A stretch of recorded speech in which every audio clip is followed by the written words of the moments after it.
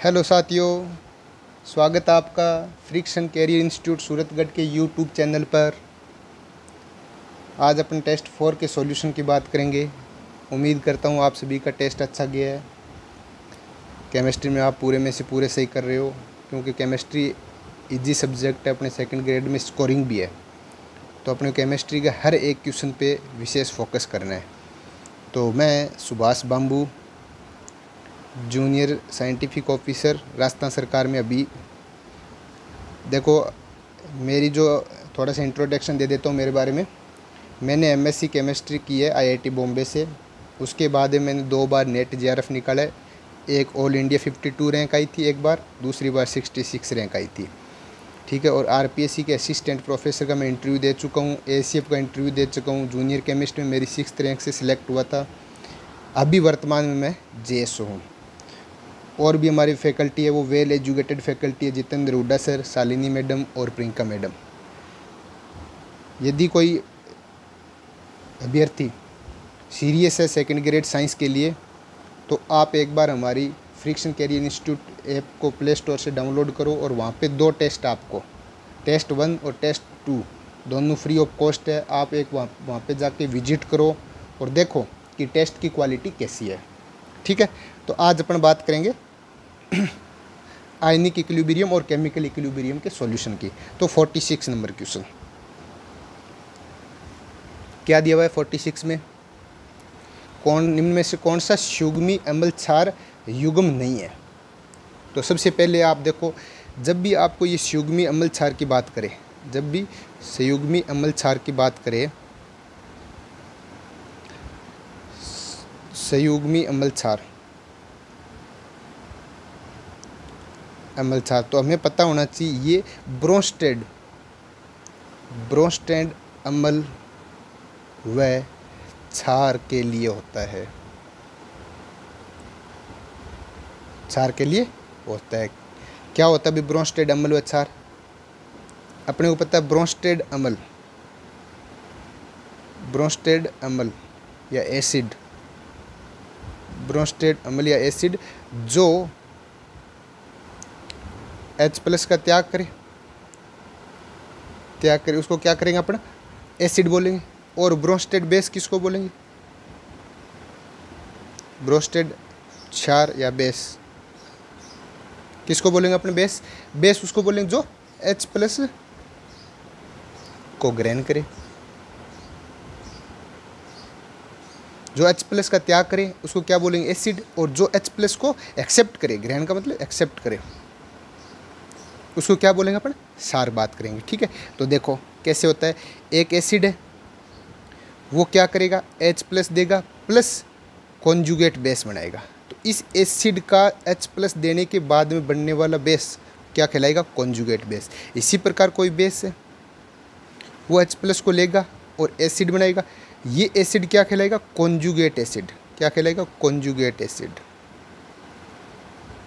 इस बेस का, इस क्षार का यदि कॉन्जुगेट आपको एसिड बात करनी है या कॉन्जुगेट अम्ल की बात करनी है, तो आपको ये वाला जो एसिड बनने वाला एसिड H+ के बाद वाला, ये क्या कहलाएगा? कॉन्जुगेट एसिड कहलाएगा।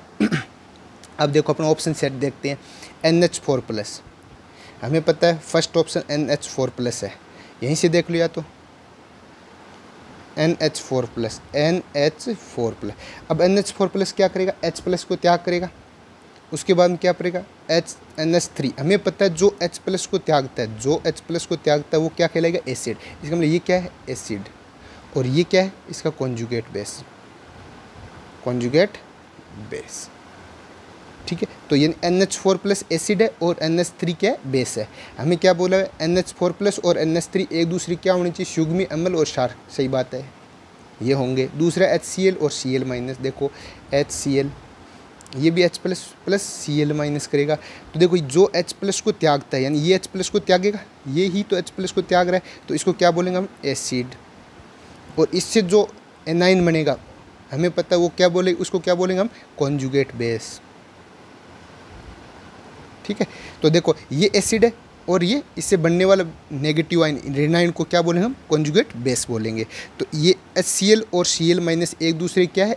कॉन्जुगेट एसिड बेस एक युग्म है। ठीक है। तो HCl और Cl माइनस, HCl और Cl माइनस एक दूसरे क्या है, संयुग्मी अम्ल और क्षार युग्म है, तो ये बात भी सही है।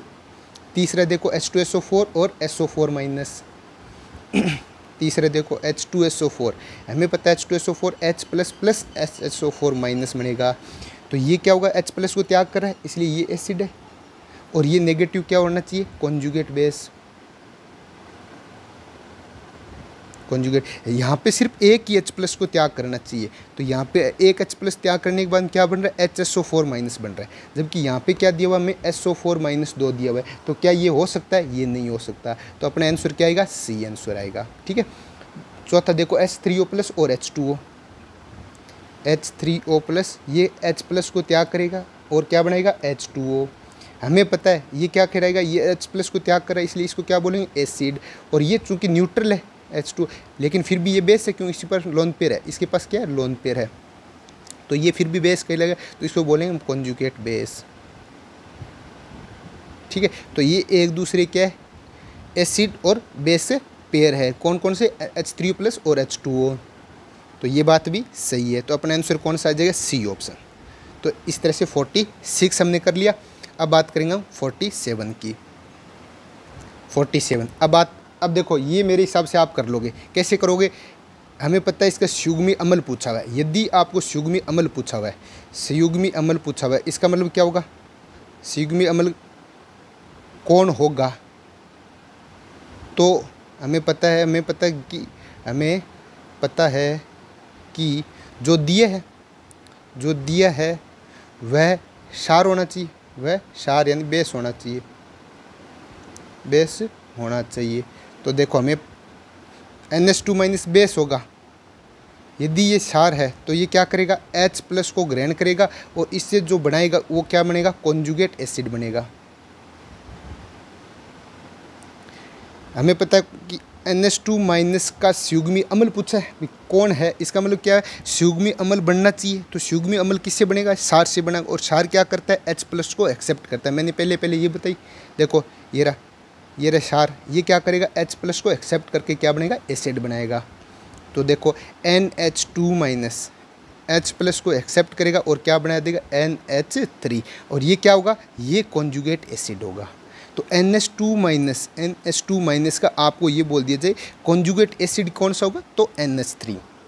आगे बात समझो, यहाँ पे हम एसिड बन रहा है, इसका मतलब हमें जो दिया हुआ वो क्या है, क्षार है, और क्षार क्या करेगा, H प्लस को ग्रहण करेगा, तो H प्लस जो हमें दिया हुआ है इसमें H प्लस आप ऐड करो और कॉन्जुगेट एसिड पे चले जाओ। इसी प्रकार यदि हमें कॉन्जुगेट बेस की बात करें, कॉन्जुगेट बेस पूछता है तो हम क्या करेंगे, कॉन्जुगेट बेस पूछ रहा है, इसका मतलब क्या है, पूछता है, तो इसका मतलब हमें एसिड दिया हुआ है, हमें एसिड दिया है, तो हम कैसे करते हैं, एसिड दिया है तो हम H प्लस निकाल कर देखते हैं, देखो कैसे, जैसे HA हमें इसका पूछ लिया जाए, HA का संयुग्मी क्षार क्या है, HA का संयुग्मी क्षार क्या है, तो हम क्या करेंगे, इसमें से H प्लस निकालेंगे प्लस A माइनस, तो ये जो A माइनस बन रहा है ये इसका क्या है, कॉन्जुगेट बेस है, और ये क्या होगा, एसिड होगा। तो उम्मीद करता हूँ ये दोनों क्वेश्चन से आपके सारे कंसेप्ट क्लियर हो गए। जो भी संयुग्मी अम्ल और क्षार का जो गेम है ये किस में होता है, ये ब्रोंस्टेड एसिड में होता है, ये किस में होता है, ब्रोंस्टेड कंसेप्ट में होता है, ठीक है। अब बात करेंगे हम 48 नंबर की। 48 में क्या दिया हुआ है, निम्न में से कौन सा, बफर विलियन। अब देखो बफर विलियन आप समझ लो एक बार, बफर विलियन दो तरीके से बनता है, एक होता है weak acid plus weak acid strong base, दूसरा होता है weak base plus weak base strong acid का युग्म। आपको जो यहाँ पे वीक एसिड होगा वही वीक एसिड यहाँ पे मिलेगा, जहाँ आपको वीक बेस यहाँ पे होगा वही वीक बेस यहाँ पे मिलेगा। इस दो कंडीशन को अपने को फॉलो करना है, यदि ये दो कंडीशन कोई युग्म फॉलो कर रहा है तो वो क्या होंगे, बफर विलियन होगा, ठीक है। कौन कौन सा होना चाहिए, वीक एसिड होगा और वीक एसिड के साथ में क्या होगा, वीक एसिड और स्ट्रॉन्ग बेस होगा। इसी प्रकार वीक बेस होगा और वीक बेस के साथ में क्या होगा, स्ट्रॉन्ग एसिड होगा। अब देखो पहला ऑप्शन NH4OH, हमें पता है NH4OH क्या होता है, एक वीक क्या होता है, NH4OH है ना, तो वीक बेस है, OH है, OH माइनस देते हैं तो वीक बेस हो गया। इसी प्रकार NH4Cl।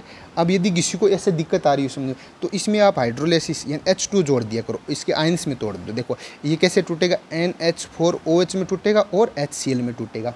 जब इसमें H2 आप जोड़ोगे तो ये H प्लस, ये H प्लस और OH माइनस में होगा, और इसी प्रकार ये NH4 प्लस और Cl माइनस में। तो इस प्लस के साथ में क्या आ जाएगा, माइनस वाला आ जाएगा, और इस Cl के साथ में क्या आ जाएगा, H प्लस आ जाएगा। इस तरह से NH4OH ये हमें पता है, ये देखो NH4OH ये क्या है, वीक बेस है।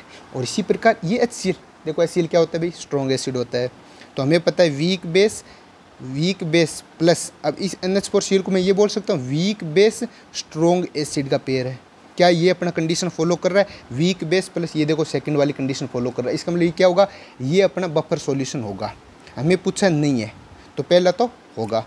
अब दूसरा देखो CH3COOH प्लस CH3COON। देखो ये अपने को पता है भाई CH3COOH, इसको बोलते हैं एसिटिक एसिड, ये होता है एसिटिक एसिड। और ये क्या होता है, ये वीक एसिड होता है, वीक एसिड होगा। अब देखो यदि किसी को इसमें प्रॉब्लम आ रही हो तो ये हमें पता है CH3CO माइनस होता है और Na प्लस होता है, प्लस इसमें H प्लस OH माइनस, आप H2O को ऐसे लिख लियो, कह H प्लस और OH माइनस। जब आप इसमें करोगे तो प्लस वाला माइनस के साथ में और माइनस वाला प्लस के साथ में, तो CH3COH बन जाएगा और Na और OH मिला के NaOH बन जाएगा। और ये क्या होता है CH3COH, हमें पता है वीक एसिड होता है, और NaOH क्या होता है, स्ट्रॉन्ग बेस होता है। तो देखो हम इसको कैसे लिख सकते हैं, हम ऐसे लिख सकते हैं वीक एसिड, ये वीक एसिड इसका आ गया, प्लस इस CH3CO माइनस को क्या लिख सकते हैं, weak acid strong base, weak acid strong base. तो हमें पता है, देखो एक नंबर अपना बफर विलियन में एक number weak acid plus weak acid strong base. ये देखो यहाँ पे भी ये condition weak acid plus weak acid strong base, इसका मतलब ये भी क्या है, बफर विलियन है। तो ये भी बफर विलियन है। अब 3 नंबर देखो, तीसरा ऑप्शन क्या दिया हुआ है, CH3COONH4 प्लस NaCl। देखो ये ऑलरेडी प्लस माइनस में टूटेगा। क्या ये कोई एसिड है, नहीं, ये सोल्ट है। जब इसको H प्लस और OH माइनस में से गुजारोगे आप, तो देखो ये क्या बनाएगा, CH3COO, ये माइनस होगा और ये NH4 प्लस होगा, तो CH3COOH प्लस NH4OH। इसी प्रकार ये भी सोल्ट है, ये भी सोल्ट है, और इसमें भी H2O निकालोगे आप तो क्या होगा, NaOH प्लस HCl। ये देखो ये भी स्ट्रॉन्ग बेस है और ये भी स्ट्रॉन्ग एसिड है। ये क्या है, वीक एसिड है, ये क्या है, वीक बेस है। क्या इनमें ये जो वीक एसिड है, यहाँ पे कोई वीक एसिड यूज हो रहा है, क्या यहाँ पे वीक बेस है, कोई वीक बेस यूज हो रहा है, नहीं हो रहा है। तो इसका मतलब ये क्या है, ये अपनी कंडीशन को फॉलो नहीं कर रहा। कौन सी कंडीशन को, weak acid plus weak acid strong base का यह पेयर बनना चाहिए। या यदि वीक बेस दिया हो पहले में, हमें पता है इसमें दोनों क्या है, वीक एसिड और वीक बेस दिया हो, जो कि हमें संभव नहीं है। हमें एक ही वीक एसिड चाहिए, या वीक एसिड हो सकता है या वीक बेस हो सकता है। इसमें क्या दे दिया इसने, दोनों वीक एसिड और वीक बेस दोनों दे दिए, जो कि पॉसिबल नहीं है, दोनों एक साथ संभव नहीं है, दोनों एक साथ बफर नहीं बनाते हैं, दोनों एक साथ बफर नहीं बनाते हैं। आगे बात समझो। तो ये अपना तीसरा आंसर बफर सॉल्यूशन नहीं होगा, इसका आंसर सी आएगा। फिर भी हम चौथा ऑप्शन चेक करते हैं, HCOH और HCOK, HCOOH प्लस HCOOK। देखो ये क्या है, ये फॉर्मिक एसिड होता है, और ये क्या होता है, एक वीक एसिड होता है। इसी प्रकार इसमें ये माइनस होगा, ये प्लस होगा, और plus H plus OH minus, ऐसे तोड़ेंगे तो क्या बना देगा, HCOH प्लस KOH। देखो ये भी वापस फॉर्मिक एसिड बन गया, ये क्या होगा, वीक एसिड होगा, और ये क्या होगा, स्ट्रॉन्ग बेस होगा। तो ये कौन सा पेयर बन गया, weak acid plus weak acid strong base का पेयर हो गया, और ये क्या होता है, एक बफर सॉल्यूशन होता है। तो ये भी बफर सॉल्यूशन है। तो कौन सा नहीं होगा बफर सॉल्यूशन, तीसरा ऑप्शन नहीं होगा। ठीक है, उम्मीद करता हूँ आपको बफर सॉल्यूशन पहचान करनी अब आप सीख चुके हो। अपने को बफर सॉल्यूशन के लिए सिर्फ 2 ही चीज़ याद रखना, weak acid plus weak acid strong base का बफर बनता है, दूसरा बफर बनता है weak base plus weak base और स्ट्रॉन्ग एसिड का बफर बनता है। सिर्फ बफर के लिए अपने 2 ही कंडीशन होती है। अब आप बात करेंगे 49 की। 49 में क्या बोल रहे हैं, 0.001 मोलर BaOH की होल ट्वाइस विलियन का pH क्या होगा। तो देखो हमें पता है BOH, एक और बताऊं आपको, स्ट्रॉन्ग बेस कौन कौन से होते हैं, स्ट्रॉन्ग बेस, S ब्लॉक की धातु OH माइनस, इसको बोलते हैं हाइड्रोक्साइड आयन, हाइड्रोक्साइड आयन के साथ हमेशा प्रबल क्षार बनाते हैं, प्रबल क्षार स्ट्रॉन्ग बेस बनाते हैं, स्ट्रॉन्ग बेस बनाते हैं। तो हमें क्या चेक करनी है, एस ब्लॉक की धातु चेक करनी। एस ब्लॉक के साथ में यदि OH माइनस आए तो वो सारे के सारे क्या होंगे, प्रबल क्षार होंगे। तो हमें ये देखो एस ब्लॉक का है BA, तो ये है लीना की रब से फ्रियाद, बेटा मांगे, देखो ये इसमें आता है ना एस ब्लॉक की सेकंड एलिमेंट में, सेकंड पीरियड में, ये अपन क्या बोलते रो में, बेटा मांगे कार स्कूटर बाप, ये देखो यहाँ पे। तो ये क्या आएगा, एस ब्लॉक की OH माइनस के साथ में क्या होगा, हमेशा और स्ट्रॉन्ग बेस बने। और स्ट्रॉन्ग बेस का क्या होता है, स्ट्रॉन्ग बेस, स्ट्रॉन्ग ऐसे लिख दो, स्ट्रॉन्ग बेस पानी के साथ 100% आयनित होता है, 100% क्या होता है, आयनित होता है। इसका मतलब क्या होगा, वो 100% आयनों में टूट जाएगा। तो देखो BaOH की होल ट्वाइस, ये 100% आयनों में टूटेगा तो Ba2 प्लस 2OH माइनस बनेगा। ठीक है, इसकी कंसंट्रेशन कितनी दी हुई है अपने को, 0.001 मोलर, ये इसकी कंसंट्रेशन है। हमें पता है इसका 1 मोल से ये भी 1 मोल बन रहा है, और इसके 1 मोल से इसके कितने मोल बनेंगे, 2 मोल बनेंगे। तो इसकी 0.01 कंसंट्रेशन से इसकी भी 0.001 कंसंट्रेशन बनेगी, लेकिन इसकी कितनी बन जाएगी, 2 × 0.001, तो ये कितने आ जाएगी, 0.002 कंसंट्रेशन बन जाएगी। तो हमें OH माइनस की कंसंट्रेशन पता चल गई। OH माइनस की कंसंट्रेशन आगे 0.002, जिसको अपन कैसे लिख सकते हैं, 2 × 10⁻³ मोलर, ऐसे भी लिख सकते हैं। ठीक है, ये OH माइनस की है। हमें पता है कि OH माइनस से हम क्या चेक करेंगे, POH चेक करते हैं। तो POH का क्या फॉर्मूला होता है, minus log of OH minus की कंसंट्रेशन। तो माइनस लॉग OH माइनस की कंसंट्रेशन कितनी आ जाएगी, 2 × 10⁻³ तो देखो माइनस लॉग, इसको हम माइनस को एक बार बाहर को ऐसे कर सकते हैं, लॉग हमें पता है लॉग A × B को हम कैसे लिख सकते हैं, log A + log B, ऐसे लिख सकते हैं। तो इसको भी ऐसे लिखो, log 2 + log 10⁻³ यहाँ पे लिख दो 10⁻³ तो देखो -12 आ जाएगा। log 2 की वैल्यू कितनी होती है, 0.3 प्लस यहाँ हमें ये भी पता है log 10⁻⁻x को हम कैसे लिखेंगे, -x log 10, इसकी वैल्यू क्या होती है 1, तो -x के बराबर आ जाएगी। यानी 10 की पावर में जितनी भी पावर प्लस में है तो प्लस आएगा, और माइनस में है तो माइनस में आएगा। यहाँ पे -3 है तो यहाँ पे -3 आ जाएगी, तो यहाँ पे ऐसे -3 कर दो तो आ जाएगी -0.3 -3, तो इसकी वैल्यू आ जाएगी अंदर कितनी वैल्यू आ जाएगी, -2.7, तो कितने आ जाएगी, प्लस के अंदर 2.7 आ जाएगी। ये क्या आएगी, तो POH की वैल्यू कितनी आ गई, 2.7। दूसरा हमें भी ये भी पता है क्या, pH + POH की वैल्यू कितनी होती है, 14 होती है। तो pH कितनी आ जाएगा, 14 - POH, 14 - 2.7। तो देखो इसमें से आप 2.7 घटाओ तो कितना आ जाएगा, 11.3। तो हमें pH की वैल्यू कितनी आ जाएगी, 11.3। देखो 11.3। उम्मीद करता हूँ आपको, यदि आपको यहाँ पे OH माइनस दी हुआ है तो अपन सबसे पहले POH निकालेंगे। यदि OH माइनस दिया हुआ है तो क्या निकालेंगे, POH निकालेंगे। और इस POH को हम क्या करेंगे, pH + POH = 14 से हम क्या करेंगे, यहाँ से pH निकालेंगे। तो सबसे पहले POH निकालो फिर pH निकालो, ठीक है। तो ये अपना कौन सा था, 49। अब बात करेंगे हम 50 की।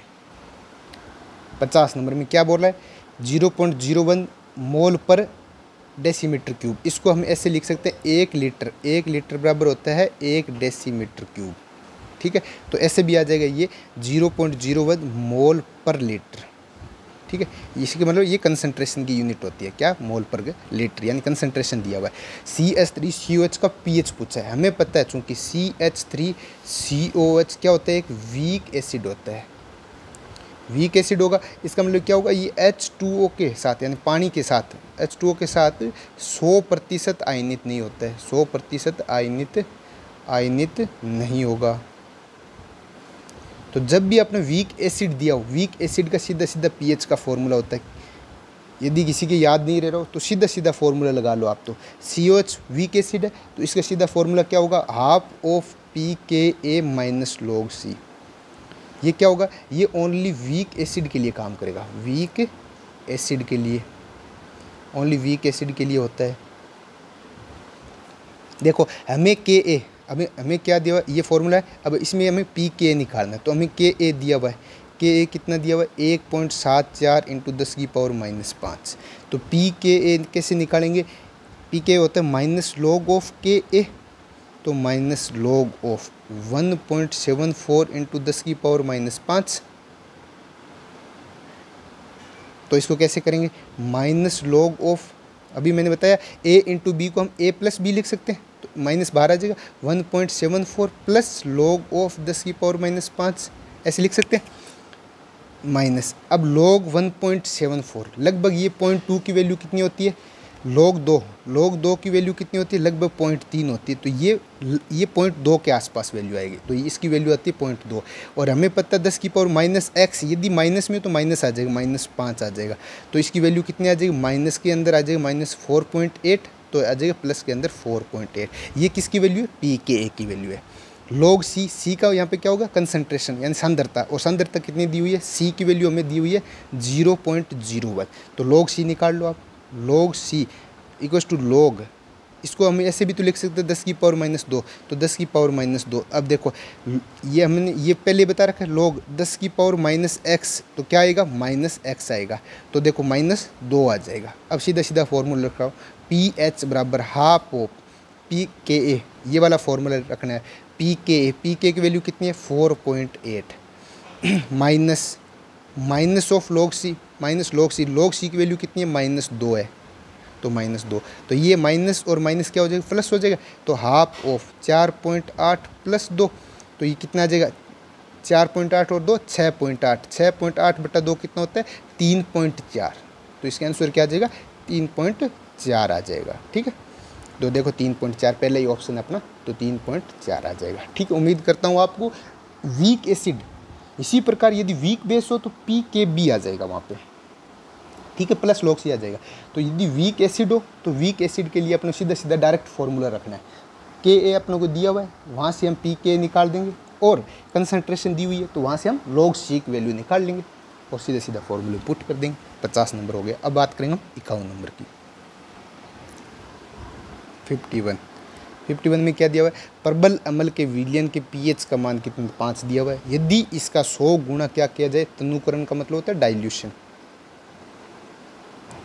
कर दिया जाए तो विलयन का, प्राप्त विलयन का पीएच क्या होगा। ठीक है, तो इसका सॉल्यूशन कैसे करेंगे, पीएच अपने को क्या दिए हुए 5 दी हुई है। पहला सॉल्यूशन कोई पीएच अपने कोई सॉल्यूशन ए की बात कर रहे हैं उसके लिए, तो H प्लस की वैल्यू हम निकाल लेंगे। हमें पता है H प्लस की वैल्यू कैसे निकाल, इसके एंटी लॉग लेंगे तो 5 का एंटी लॉग आगे 10⁻⁻5। ये हमें H प्लस की कंसंट्रेशन पता हो गई। अब दूसरा है, यदि इसका तनुकरण डाइल्यूशन का मतलब इसको यदि 100 गुना डाइल्यूशन कर दिया जाए, तो हमें जब भी इस तरह का कोई क्वेश्चन आ जाए, हमें सीधा सीधा एक ही कंसेप्ट लगाना है, M1V1 = M2V2, ये वाला फॉर्मूला लगाना है। M1V1 = M2V2। M1 क्या है, ये देखो, ये कंसंट्रेशन होती है, यहाँ पे भी कंसंट्रेशन है। पहले सॉल्यूशन की कंसंट्रेशन कितनी दी हुई है 10⁻⁻5। ठीक है, इंटू पहले सॉल्यूशन का मैं मानता हूँ कि वॉल्यूम क्या है V है। दूसरे सॉल्यूशन की हमें निकालनी है कि तनुकरण के बाद भी प्राप्त विलयन के निकालनी है, तो ये M2 मान ली। और दूसरे को कितना किया गया है 100 गुना इसको क्या किया हुआ है, डाइल्यूट किया गया है। ठीक है, तो इसको कितना गुना कर दिया 100 गुना इसको डाइल्यूट कर दिया। ठीक है, तो M2 की वैल्यू 100 गुना यानी वॉल्यूम कितना हो जाएगा, पहले वाले वॉल्यूम का 100 वॉल्यूम हो जाएगा। तो M2 की वैल्यू कितनी आ जाएगी 10⁻⁻5 V/100V। V से V कट जाएगा और ये 10⁻2 होगा, इसको हम लिखेंगे 10⁻2, ये ऊपर जाएगा तो 10⁻⁻7 हो जाएगा। ये किसकी वैल्यू आ गई, कंसंट्रेशन की वैल्यू आ गई। तो हमें दूसरे सॉल्यूशन की H प्लस की वैल्यू 10⁻⁻7 ये आ गई। अब हमें ये भी पता है, ये क्या पता है कि इसके साथ में जब ये इसको निकालेंगे विलयन का मतलब होगा उसमें H2O भी होगा। जब भी विलयन की बात करेंगे तो उसमें H2O भी उपस्थित होगा। और हमें पता है कि H प्लस की H2O में H प्लस और OH माइनस की कंसंट्रेशन कितनी होती है 10⁻⁻7। देखो ये भी 10⁻⁻7, इसका मतलब हम इसको नेगलेक्ट नहीं कर सकते। हमेशा हम क्या करते हैं, जब भी इसकी कंसंट्रेशन ज़्यादा होती है तो इसकी 10⁻⁻7 को हम क्या करते हैं, इसके रेस्पेक्ट में नेगलेक्ट कर लेते हैं। चूँकि ये तो दोनों सेम है इसलिए इसका नेगलेक्ट नहीं कर सकते। तो टोटल कंसंट्रेशन कितनी आ जाएगी, सॉल्यूशन के अंदर total concentration of H plus H plus की कुल सांद्रता कितनी आ जाएगी 10⁻⁷ तो अपने इस सॉल्यूशन से आ गई, और 10⁻⁷ किससे आ गई H2O से आ गए। तो कितनी आ गई टोटल कंसनट्रेशन 2 × 10⁻⁷, ये H प्लस की कुल सांद्रता आ गई। हमें अब pH निकालनी है, तो हमें पता है -log(H+ आएगा। तो देखो -log(, इसकी वैल्यू ऐसे निकालेंगे 2 × 10⁻⁷। अब ये हमें पता है A × B वाला फॉर्मूला लगाओ, log A B बराबर होता है log A + log B। तो ये रखो, तो माइनस आप बाहर ले लो, log 2 + log 10⁻⁷ माइनस log 2 की वैल्यू कितनी होती है 0.30 प्लस हमें पता है कि log 10⁻⁻x की वैल्यू कितनी होती है -x होती है। तो log 10⁻⁷ की वैल्यू कितनी होगी -7 होगी। तो क्या आ जाएगा -0.3 - 7, तो इसकी वैल्यू कितनी आ जाएगी माइनस के अंदर इसकी 6.7, ये माइनस के, तो और माइनस कितनी आ जाएगी प्लस, तो 6.7 क्या आ जाएगी अपने pH आ जाएगी। तो 6.7 वाला देखो ये रहा 6.69, या इसको क्या बोल सकते हैं 6.70 के करीब। तो अपने आंसर आ जाएगा 51 का ए ऑप्शन। ठीक है, अब बात करेंगे अपने 52 की। 52 में क्या बोला हुआ है, दो प्रबल अम्ल A और B है, इनकी pH दी हुई है अपने को 6 और 4, जब इनको समान आयतन में मिश्रित करने पर प्राप्त विलयन का pH। देखो सेम कंसेप्ट, ये वाला सेम कंसेप्ट अपने को यूज करना है। जब भी विलयन में हो, विलयन में ऐड करे दूसरा विलयन या इसका तनुकरण करे, तो हमेशा ये फॉर्मूला लगाना है अपने को M1V1 = M2V2। देखो यहाँ पे दो सॉल्यूशन है और इससे तीसरा सॉल्यूशन बन रहा है, तो हमें ऐसे लिखना है MaVa + MbVb, इससे कोई तीसरा बना रहे जिसकी हम मान लेते हैं MC × Vc। M क्या यहाँ पे कंसंट्रेशन, M को हम क्या बोलते हैं सांद्रता, और V क्या है यहाँ पे वॉल्यूम। वॉल्यूम का मतलब क्या होता है आयतन। ठीक है, अब देखो Ma pH A के लिए क्या इतने दे रहे हो pH की वैल्यू 6 दी हुई, तो हमें पता है H+ की वैल्यू कितनी आ जाएगी 10⁻⁻6, तो ये क्या कंसंट्रेशन, तो ये किसके लिए होगी Ma की वैल्यू आ जाएगी। इसी प्रकार pH = 4 है, तो हम H+ की कैसे निकालेंगे, H+ की वही 10⁻⁻4 आ जाएगी, 10⁻⁻4, ये किसकी वैल्यू होगी Mb की वैल्यू होगी। मैम इसने क्या माना समान आयतन मानते, तो हम ये मानते हैं कि Va की वैल्यू भी V के बराबर है और Vb की वैल्यू भी V के बराबर है, और चूँकि Vc में क्या हो रहा है दोनों को जोड़ रहे हैं, Va + Vb को दोनों को मिला रहे हैं, मिश्रित कर रहे हैं, तो इसमें क्या हो जाएगा V + V, तो कितना आ जाएगा 2V आ जाएगा, तो Vc की वैल्यू 2V आ गई। Mc हमें निकालना है, तो देखो Ma की वैल्यू कितनी है 10⁻⁻6, Va कितना होगा V + Mb की वैल्यू कितनी है 10⁻⁻4, Vb की वैल्यू कितनी है V बराबर Mc हमें निकालना है, और Vc की वैल्यू कितनी है 2V। तो Mc की वैल्यू कितनी आ जाएगी 10⁻⁻6 V + 10⁻⁻4V बटा 2V। V ऊपर कॉमन आ जाएगा 10⁻⁻6 + 10⁻⁻4 बटा 2V, V से V कैंसिल हो जाएगा, तो Mc की वैल्यू आ जाएगी 10⁻⁻6 + 10⁻⁻4 बटा 2। अब मैं ये बोलता हूँ ऊपर 10⁻⁻, आप 6 कॉमन ले लो, तो देखो ये 1 आ जाएगा, प्लस 10⁻⁻4 में से 10⁻⁻6 लेंगे, तो 10⁻⁻6 से दोनों तरफ डिवाइड कर देंगे ऐसे, इसकी 10⁻�6 कॉमन का मतलब 10⁻6 से इसको डिवाइड किया, तो ये तो 1 आ गया, और जब इसमें 10⁻4 में 10⁻6 का भाग लेंगे, तो ये 6 ऊपर जाएगा, तो 10⁻4 + 6 हो जाएगा, तो ये कितना 10⁻2 हो जाएगा, इसको क्या बोलेंगे अपना 100, तो यहाँ पे क्या आ जाएगा 100 डिवाइड बाई कितना आ जाएगा 2, तो देखो ये आ जाएगा 101 बटा 2 × 10⁻6। अब मैं 101 को 100 मान सकता हूँ, लगभग ये किसके बराबर हो जाएगा 100 बटा 2 × 10⁻6। तो देखो ये ऐसे किसके बराबर हो जाएगी, ये 10⁻2 है और ये 10⁻6, तो क्या आ जाएगा 10⁻4 बटा 2, ये क्या आएगा अपने MC। तो ये MC किसकी वैल्यू है, ये H+ की कंसनट्रेशन है कि C में। तो अब देखो pH क्या होगा -log(H+), और यदि C की निकालना तो C के H+ कितनी होगी, तो -log(C की H+ कितनी है 10⁻4 बटा 2। अब चूंकि हमें पता है log(A बटा B कैसे निकालते हैं, log(A - log(B), तो हम कैसे करेंगे, इसको ऐसे माइनस कॉमन ले लेंगे, log(10⁻4 - log(2), ऐसे कर लेंगे। ये A इसको A माना है हमने और ये इसको B माना है, तो log A 10 की पावर माइनस 4 आ जाएगा, माइनस माइनस log b की वैल्यू 2 है, तो देखो इसको माइनस 10 की पावर माइनस एक्स को मैंने अभी बताया 10 की पावर माइनस 4 रखेंगे, माइनस log 2 की वैल्यू कितनी है 0.3, तो कितना आ जाएगा माइनस के अंदर माइनस माइनस दोनों जोड़ेंगे तो माइनस 4.3, और ये माइनस माइनस क्या हो जाएगा प्लस, तो 4.3 इसके क्या आ जाएगा आंसर सॉल्यूशन में। जो अपने सी की पीएच कितनी हो जाएगी 4.3, तो देखो यहाँ पे सी की पीएच पूछिए तो ये इसकी वैल्यू कितनी आ जाएगी 4.3, ये अपना 52 नंबर आ जाएगा। ठीक है, अब बात करेंगे हम 53 नंबर की। 53 AB3 प्रकार के लवणों के लिए विलेयता S और विलेयता गुणांक। देखो वैसे तो विलेयता गुणांक का सीधा सीधा फॉर्मूला होता है कि AX/BY के लिए अपना विलेयता गुणांक निकालना हो तो KSP बराबर होता है x की पावर में x, y की पावर में y, ठीक है, और s की पावर में x प्लस वाई। लेकिन अपने को ये फॉर्मूला यदि किसी को याद नहीं रह रहा हो तो अपन डायरेक्ट निकालेंगे। कैसे निकालेंगे, AB3 है, जब ये टूटेगा तो A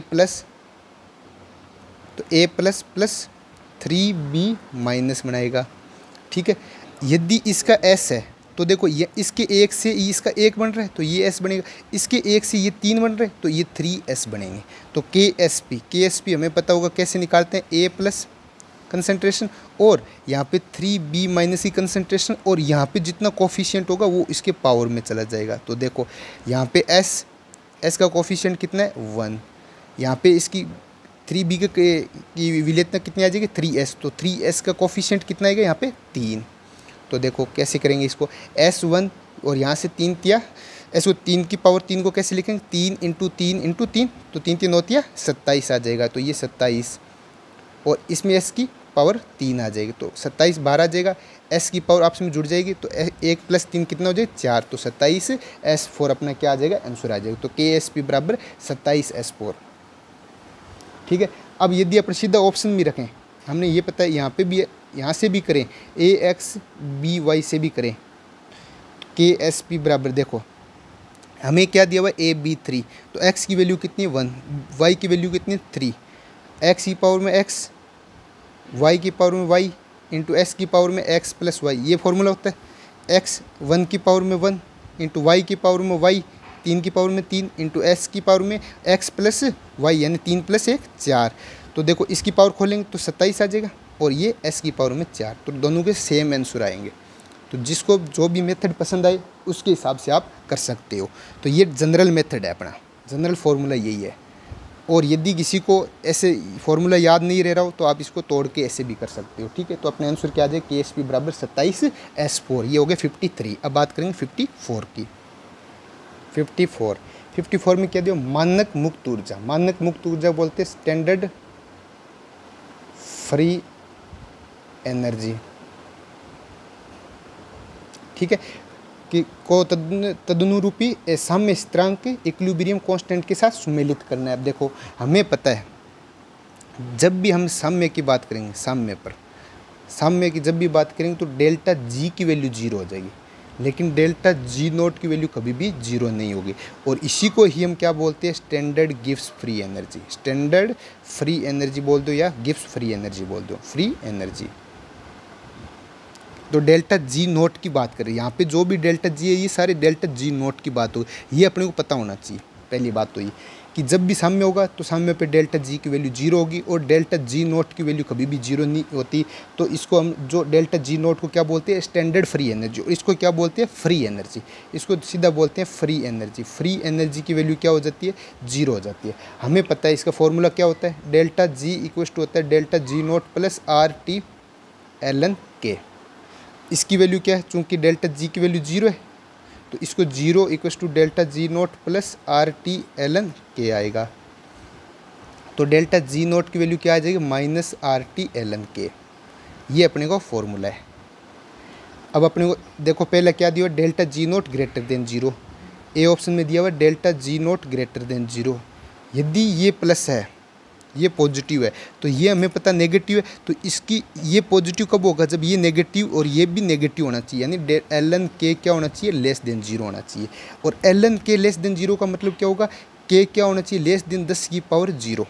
जब भी इसको इधर करेंगे तो k की वैल्यू क्या हो जाएगी 10 की पावर 0 या e की पावर 0, और हमें पता है किसी की भी पावर 0 लगाने से क्या होगा 1 आ जाएगी, तो k की वैल्यू क्या आ जाएगी 1। तो डेल्टा g ग्रेटर देन 0, तो ये कब कंडीशन होगी जब k की वैल्यू 1 से कम हो। क्यों, ये एक दूसरे के नेगेटिव साइन, यदि किसी के ये समझ में नहीं आ रहा हो तो आप ये देख रहे हो कि ये एक दूसरे के नेगेटिव होते हैं, तो एक यदि प्लस में है तो दूसरा क्या होना चाहिए माइनस में होना चाहिए। दूसरे में क्या दिया हुआ है delta g note less than 0, तो डेल्टा g नोट यदि लेस देन 0 है तो k क्या आना चाहिए ग्रेटर देन 1। ऐसे ही आप निकालो डेल्टा g नोट, ये नेगेटिव है, ये नेगेटिव होगा, तो ये नेगेटिव कैसे आ सकता है जब ये पॉजिटिव आना चाहिए ln के, और ln के पॉजिटिव, तो k की वैल्यू क्या होगी 10 की पावर 0 और k क्या होगा ग्रेटर देन 1। तो ये तीसरा डेल्टा g इक्वल्स टू 0, और डेल्टा g इक्वल्स टू 0 कब होगा जब आर टी ln k की वैल्यू भी 0 हो जाएगी और ln k की वैल्यू भी 0 हो जाएगी, तो k की वैल्यू क्या आ जाएगी 10 की पावर 0 या e की पावर 0, तो किसी की भी पावर 0 क्या होती है 1 आ जाती है, तो k की वैल्यू क्या आ जाएगी 1। तो इसकी ये वैल्यू कब पॉसिबल है k बराबर 1। तो देखो ये ग्रेटर देन 0 है, तो इसके लिए k की वैल्यू कितनी आ जाएगी लेस देन 0, तो इसका आंसर क्या आएगा पहले का d। ये लेस देन 0, तो इसके लिए k की वैल्यू कितनी आएगी ग्रेटर देन 1, एक दूसरे नेगेटिव में चलेगा। और डेल्टा g की वैल्यू 0, तो k की वैल्यू कितनी आ जाएगी 1 आएगी, 0 कभी नहीं आएगी k की वैल्यू हमें पता है कि 0 नहीं आएगी। ln 0 क्या होता है नॉट डिफाइंड होता है, तो ln k की वैल्यू हमें ये पता है ln 1 की वैल्यू 0 होती है या log 1 की वैल्यू 0 होती है। ln 0 ये डिफाइंड ही नहीं है, इसलिए ln में कभी भी 0 नहीं आता, ln 1 होता है, ठीक है। तो डेल्टा g की वैल्यू 0 क्या आएगी k बराबर 1। तो अपना पहला ऑप्शन क्या है, पहले में d, दूसरे में a और तीसरे में क्या आना चाहिए b, तो क्या ऑप्शन है 54 में फर्स्ट आंसर आएगा, ठीक है। 54 हो गया। अब बात करेंगे 55 की। 55 अभी क्रिया दी हुई H2 प्लस I2 से 2HI बन रहा है, इसके लिए मानक मुक्त ऊर्जा वापस वही क्या स्टैंडर्ड फ्री एनर्जी, और इसकी वैल्यू क्या होती है, इसको किससे रिप्रेजेंट करते हैं डेल्टा जी नोट से। ग्रेटर देन 0 है तो साम्य स्थिरांक का मान, अब देखो हमें पहले भी बता चुका हूँ delta G note greater than 0 है, तो ये हमें पता है कि, तो इसके लिए क्या होगा आप वैसे तो k की वैल्यू क्या होगी लेस देन 1 होगी, ये तो डायरेक्ट होगा। यदि किसी नहीं समझ में वापस देखो आप डेल्टा जी इक्वल टू होता है delta G naught plus R T ln के, हमें पता है साम्य पर इसकी वैल्यू कितनी होगी 0, तो 0 बराबर क्या होगा delta G naught plus R T ln के। तो देखो इसको हम ऐसे भी लिख सकते हैं, डेल्टा जी इधर लेके आएंगे तो ये क्या आ जाएगा माइनस में चला जाएगा, माइनस आर टी ln के। तो एक दूसरे में क्या हो रहा है ln के और डेल्टा जी के बीच में नेगेटिव साइन आ रहा है, इसका मतलब ये यदि प्लस है तो ये क्या आएगा माइनस में आएगा। तो delta G note greater than 0 है तो ln के की वैल्यू क्या होगी लेस देन 0 होगी, तो k की वैल्यू क्या होगी 1 से कम होगी। तो आपको यहाँ पे सीधा साइन देखना है, यदि डेल्टा जी की वैल्यू ग्रेटर देन दिख जाए तो k की वैल्यू 1 से कम, 0 कभी नहीं आएगी, 1 से कम दिखेगी। ये ग्रेटर देन 0 है तो k की वैल्यू 1 से कम वाली आएगी, ठीक है। ये अपना 55। अब बात करेंगे 56 की। क्या दिया अभी 56 में PCl5, PCl3 और Cl2 किसी बंद पात्र में 500 केल्विन पर साम्य में है इक्विलिब्रियम में। इसका मतलब क्या होगा कि PCl5 से ऐसे इक्विलिब्रियम का ये साइन आता है, PCl3 प्लस Cl2, ये कोई अपने एक बंद पात्र यानी क्लोज कंटेनर में ऐसे रिएक्शन हो रही है। इसकी सांद्रता दे रखी है, PCl5 की सांद्रता कितनी दे रखी है 0.8 × 10⁻³ PCl3 की कितनी दे रखी है 1.2 × 10⁻³ Cl2 की कितनी दे रखी है 1.2 × 10⁻³ हमें क्या पूछा हुआ कैसी निकालना है, क्योंकि हमें पता है कि सीधा सीधा होता है कैसी की वैल्यू कैसे निकालते हैं, कैसी की तो concentration of PCl3 into concentration of Cl2 upon concentration of PCl5, सीधा सीधा लिखेंगे। तो देखो PCl3 कंसंट्रेशन कितनी है 1.2 × 10⁻³ Cl2 की कंसंट्रेशन कितनी है 1.2 × 10⁻³ अपॉन PCl5 की कंसंट्रेशन कितनी है 0.8 × 10⁻³ 10⁻³ से 10⁻³ चला जाएगा, ऊपर बच गया 1.2 × 1.2 × 10⁻³, नीचे आ गया 0.8। ये देखो यहाँ से यहाँ हटेगा पॉइंट से तो 4 से भाग जाएगा, 4 से भाग कितने में जाएगा 4 दूनी 8, 4 तिया 12, इसको 2 से काटोगे तो आप 1.2 है तो 0.6 हो जाएगा। 0.6 इंटू 3 क्या आएगा 1.8 इंटू 10⁻³ ये किसकी वैल्यू आ जाएगी KC की वैल्यू आ जाएगी। तो देखो 1.8 इंटू 10⁻³ आ जाएगा। चूंकि हमें पता है KC की वैल्यू क्या होगा, अब देखो इसमें क्या दिया हुआ है कि KC की वैल्यू 1.8 इंटू 10⁻³ यहाँ पे भी दिया हुआ है, बी ऑप्शन में भी। लेकिन इसमें देखो इसकी यूनिट देखो आप, लीटर मोल इनवर्स है। हमें पता है KC की यूनिट निकालो आप, यूनिट कैसे निकालोगे, PCl3 की यूनिट क्या होती है मोल पर लीटर, Cl2 कितनी होगी मोल पर लीटर अपॉन PCl5 की कितनी होगी मोल पर लीटर। मोल पर लीटर से मोल पर लीटर चली जाएगी तो अपनी यूनिट क्या आएगी मोल अपॉन लीटर, यानी मोल लीटर इनवर्स। यहाँ पे क्या दिया हुआ लीटर मोल इनवर्स, जो कि उल्टी हो गई तो ये उल्टी नहीं आएगी, ये अपना आंसर आएगा C। इसमें यूनिट अपने यदि नहीं दिया हुआ तो अंडरस्टूड होती है कि ये क्या दिया होगा मोल पर लीटर, इसलिए आंसर क्या आएगा C आंसर। अब बात करेंगे हम 57 की। 57 में क्या दिया हुआ half H2 plus half I2 से HI के लिए KC का मान दे दिया। तो इस रिएक्शन के लिए हमें क्या बोला है KC पूछा है। तो देखो पहले ये देखो आप half of H2 plus half of I2 से HI, इसके लिए हमें K बराबर 5 दिया हुआ है, KC बराबर 5। हमें कौन सी रिएक्शन के लिए निकालना है 2HI से H2 प्लस I2, इसके लिए हमें KC निकालना है। तो देखो सीधी सीधी बात है, इसको हम पहले से 2 से मल्टीप्लाई करेंगे, इस रिएक्शन को 2 से मल्टीप्लाई। जब भी रिएक्शन को मल्टीप्लाई करते हैं तो नया K कैसे किसके बराबर होगा, नया K बराबर होगा पहले वाला K KC की पावर में चला जाएगा N के, ठीक है। तो यहाँ पे 2 से मल्टीप्लाई कर रहे हैं तो KC की पावर में 2 से चला जाएगा। तो यहाँ पे KC कितनी है 5 की पावर 2 यानी 25 चला जाएगा। ये किसकी वैल्यू है 25। ये कौन सी रिएक्शन के लिए आ जाएगी, ये इस 2 से मल्टीप्लाई करने के बाद में कौन सी आएगी H2 प्लस I2 से 2HI। इस रिएक्शन के लिए हमें पता है KC की वैल्यू कितनी आ गई 25। हमें कौन सी रिएक्शन निकालनी है 2HI, इसका इन्वर्स कर दो इसकी उल्टी रिएक्शन का। तो जब भी रिएक्शन को इन्वर्स करते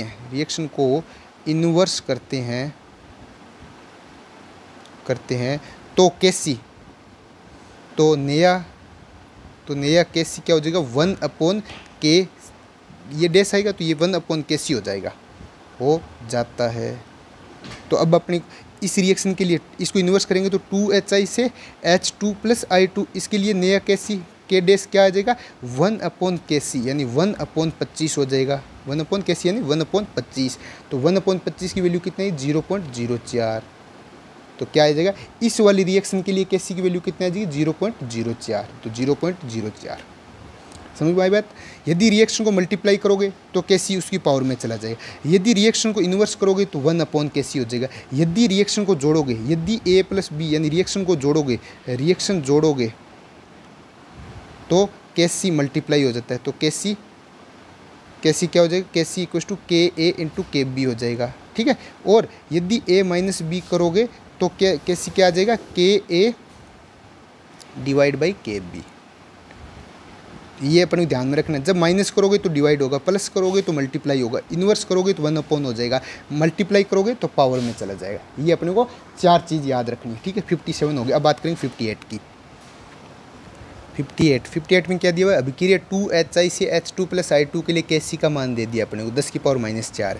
इसी नियत समय पर अभिक्रिया मिश्रण का संगठन अपने को दिया हुआ कंसंट्रेशन अलग अलग कंसंट्रेशन दे दी। तो हमें पता करना है ये किस दिशा में जा रही है। देखो जब भी इस तरह की अभिक्रिया हो, चूँकि हमें पता है कि K का मान केवल ताप पर निर्भर करता है, तो K तो हमेशा कांस्टेंट रहेगा। तो इस टाइप की रिएक्शन के लिए क्या होगा, रिएक्शन के लिए K का मान समान रहेगा।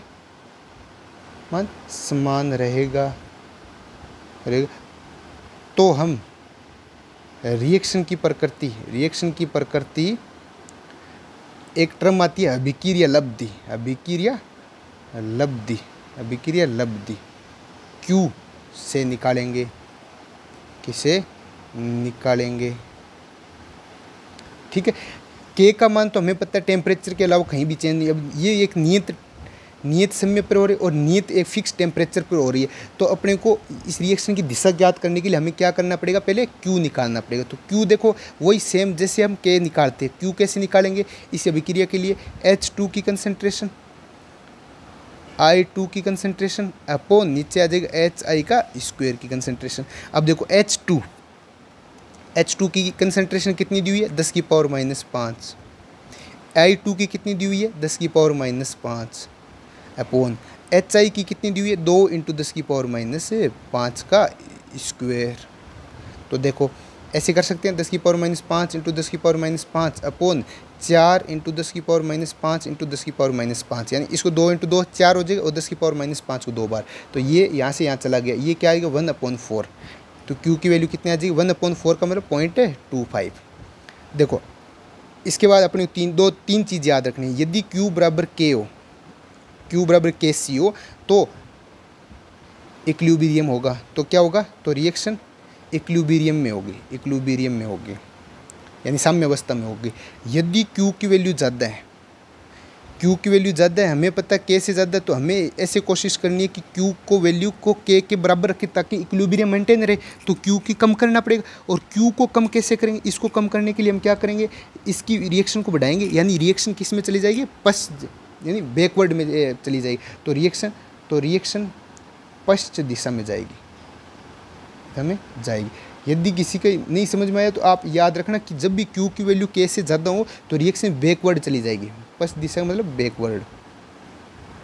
और यदि Q की वैल्यू कम हो KC से तो हमें क्या करना है, Q को बढ़ाना पड़ेगा ताकि K के बराबर आ जाए। तो बढ़ाने के लिए हम किसकी क्या करना पड़ेगा, H2 की इनकी कंसंट्रेशन बढ़ानी पड़ेगी। इनकी कंसंट्रेशन बढ़ेगी तभी Q की वैल्यू बढ़ेगी। तो इनकी कंसंट्रेशन कब बढ़ेगी, जब रिएक्शन आगे जाएगी, फॉरवर्ड जाएगी। जब रिएक्शन इस तरह जाएगी तभी तो इसकी कंसंट्रेशन बढ़ेगी। हाँ, तो इसमें फॉरवर्ड, तो रिएक्शन अग्र दिशा में जाएगी। तो रिएक्शन अग्र दिशा में जाएगी, यानी फॉरवर्ड जाएगी। तो हमें पता है अब हमारे लिए Q की वैल्यू कितनी आई है, 0.25। और K की वैल्यू कितनी दी हुई है, K की वैल्यू 10 की पावर -4। तो कौन सा बड़ा है, चूँकि हमें पता है Q बड़ा है K से, तो रिएक्शन किस में जाएगी, बैकवर्ड यानी पश्च दिशा में जाएगी। ठीक है, आगे बात समझ में। तो अपने को जब भी इस टाइप के क्वेश्चन हो तो इसका फिक्स पैटर्न है, आपको ऐसे ही निकालना है। तो अभिक्रिया किस में जाएगी, पश्च दिशा में जाएगी। ठीक है, अब बात करेंगे 59 की। 59 उत्क्रमणीय अभिक्रिया N2+3H2 2NH3+ उष्मा साम्य अवस्था अगर दिशा में विस्थापित होगी, equilibrium will be shifted into the forward direction. देखो आपको यहाँ पे ये उष्मा, देखो जब भी प्रोडक्ट साइड में प्लस दिया हो, जब भी उत्पाद में प्लस उष्मा हो तो इसका मतलब है उष्मा निकलेगी। तो इसका मतलब है कि उष्मा रिलीज हो रही है, कि उष्मा उत्सर्जित हो रही है, अर्थात उष्माक्षेपी रिएक्शन है। उष्माक्षेपी एक्जोथर्मिक, कौन सी रिएक्शन है, एक्जोथर्मिक रिएक्शन है। ठीक है, जब भी उत्पाद में प्लस दिया हो एक्जोथर्मिक, और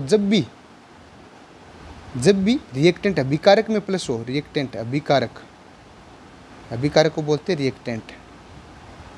रिएक्टेंट में प्लस उष्मा हो तो इसका मतलब रिएक्शन कौन सी है, उष्माशोषी है, एंडोथर्मिक। तो अपने दो चीज़ याद रखना है। यहाँ पे देखो उत्पाद में प्लस है तो ये क्या होगा, डेल्टा H लेस देन 0। इसका मतलब क्या होगा, उष्माक्षेपी अभिक्रिया। ठीक है, डेल्टा H लेस देन 0 होता है उष्माक्षेपी। एंडोथर्मिक के लिए क्या होता है, डेल्टा H ग्रेटर देन 0। उष्माक्षेपी के लिए क्या होता है, डेल्टा H लेस देन 0। ठीक है, एक बात तो ये। दूसरी बात क्या होता है, जब भी डेल्टा H लेस देन 0 अर्थात उष्माक्षेपी रिएक्शन हो तो अपने याद रखना है कि कम तापमान पर क्या होगी, अग्र दिशा में होगी। और ज़्यादा तापमान या टेम्परेचर बढ़ाने पर बढ़ाने पर रिएक्शन किस दिशा में जाएगी, पश्चिम दिशा में, बैकवर्ड डायरेक्शन में। ठीक है, ये ऊष्माक्षेपी के लिए, इसका जस्ट उल्टा हो जाएगा ऊष्माशोषी के लिए। ऊष्माशोषी के लिए क्या होगा, टेम्परेचर कम करने पर, टेम्परेचर कम करने पर ये किस में चली जाएगी, पश्चिम दिशा में चली जाएगी, और टेम्परेचर बढ़ाने पर अग्र दिशा में चली जाएगी।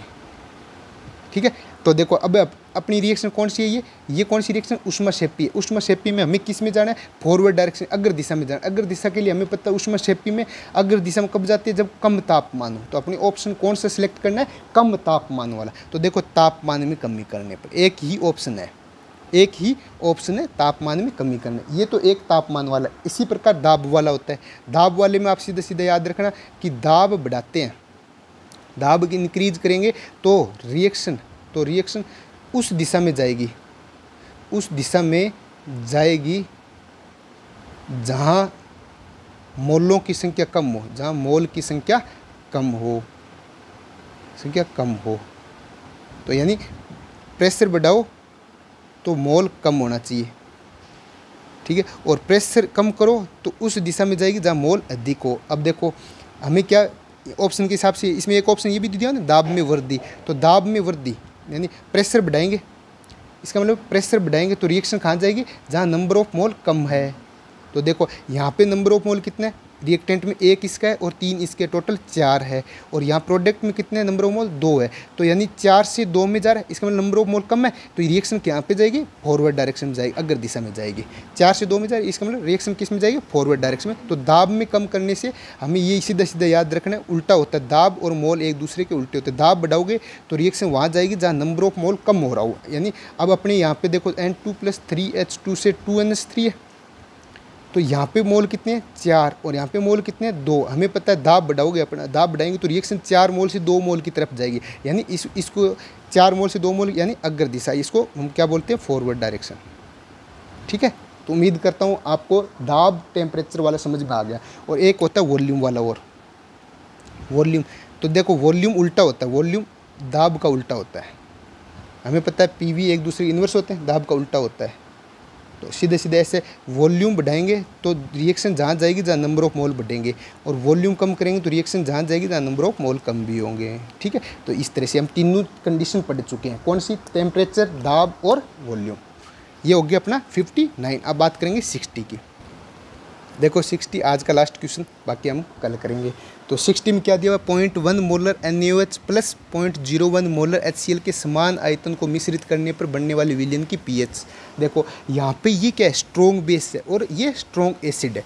तो इनकी रिएक्शन होती है हमेशा, जब भी मिक्स करेंगे, इनको मिक्स करेंगे, इसलिए एक दूसरे में क्या होंगे, रिएक्ट होंगे। तो देखो NaOH प्लस HCl, जब ये एक दूसरी रिएक्शन करेंगे तो क्या बनाएंगे, NaCl प्लस H2O बनाएंगे। NaOH कितना दिया हुआ, 0.1 ओनली 0.1। HCl कितना दिया हुआ, 0.01। ठीक है, जब भी रिएक्शन होती है तो हमें पता है ये कम है तो ये खत्म हो जाएगा। ये कितना, तो ये 0.1 माइनस 0.01, ये पूरा खत्म हो जाएगा। और ये खत्म होगा तो इसमें से कितना कम हो जाएगा, HCl के मोल कम हो जाएंगे। और बनने वाले मोल कितने होंगे, HCl जितने मोल बनेंगे, इसके एक से इसका भी 1 मोल बन रहा है। चूँकि हमें पता है NaCl किसका एक है, ये NaOH प्लस HCl से बन रहा है।